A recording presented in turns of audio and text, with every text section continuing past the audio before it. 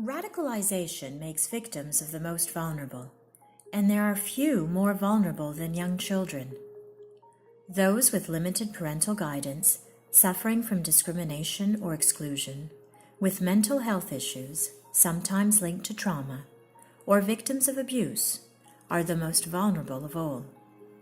Children taken to Syria or Iraq by their parents and now returning to Europe, and non-European children forcibly displaced by Daesh and arriving in Europe, are likely to have many of these problems. They may have also witnessed atrocities, lost family, perhaps seen their parents imprisoned, and gone through the trauma of resettlement. Meanwhile, children around Europe are being raised in an extremist family environment.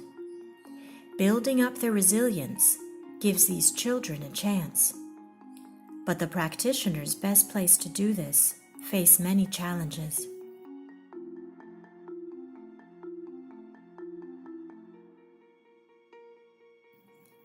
RAN brought together policymakers and practitioners in Warsaw on July 4 to find solutions to these challenges. We are doing presentations on many schools, we are doing workshops on many schools to create critical thinking. What do we do about, heavy topics and so on? We have been doing a lot of preparations. So there is, among other things, a mentoring program present in all the different regions.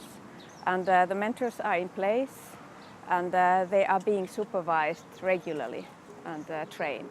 So we are training all the frontliners in different sectors jointly, and that I think is a very good thing, because then they also learn each other's ways of working. So frontline practitioners, you mean teachers? Teachers, policemen, mental health professionals, social workers, yeah. And they all sit in a room together? Yes, they're trained jointly. Two families, Austrian citizens, went with their 8 children, altogether 8 children in the age between when they went there to Syria. The children were between 2 and 12 years old. We got the information that they're coming back after 1.5 years. A week before they came back, actually we were informed, as usual, they will be arrested immediately, the parents, so we have to take care for the children. We look for short-time foster parents, who can take them, and the thing was a little bit tricky, because we were not allowed to spread the information so much. So actually, we didn't have much time. We went through the process like usual. That means 2 social workers for 1 family. We'll be together with the children, talk over the situation, and watch them in the situation, and then decide, if there's no risky behavior or anything in the situation. So we said, okay, we are going to go to the foster parents, and for the foster parents, we were in contact, reachable 24 hours. That was the amazing thing through the whole 2 years now,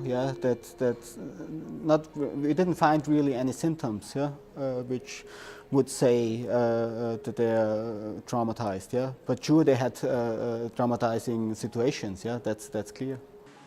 You have to beware of not stigmatizing these children, these youngsters, because we know something, because they have to belong to the school just like every other pupil. They have to be a part of the whole community. I think that many of these kids are relieved from coming out of abusive environment.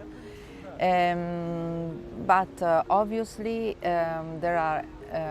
we have to consider that they have developed their cognitive, they developed inside there. So we have to take into account all the areas that were somehow either altered or underdeveloped. And I consider that teachers are well equipped, but they probably would be important to help them also with psychologists, because I consider that the problem is not only the propaganda or the doctrine, but the whole development of the child. It's not only the views or the ideology that is kind when of it bad. becomes violent Yes, extremism it's or- become, when it comes a risk factor, when there is other problems, I mean, like violence in the family, like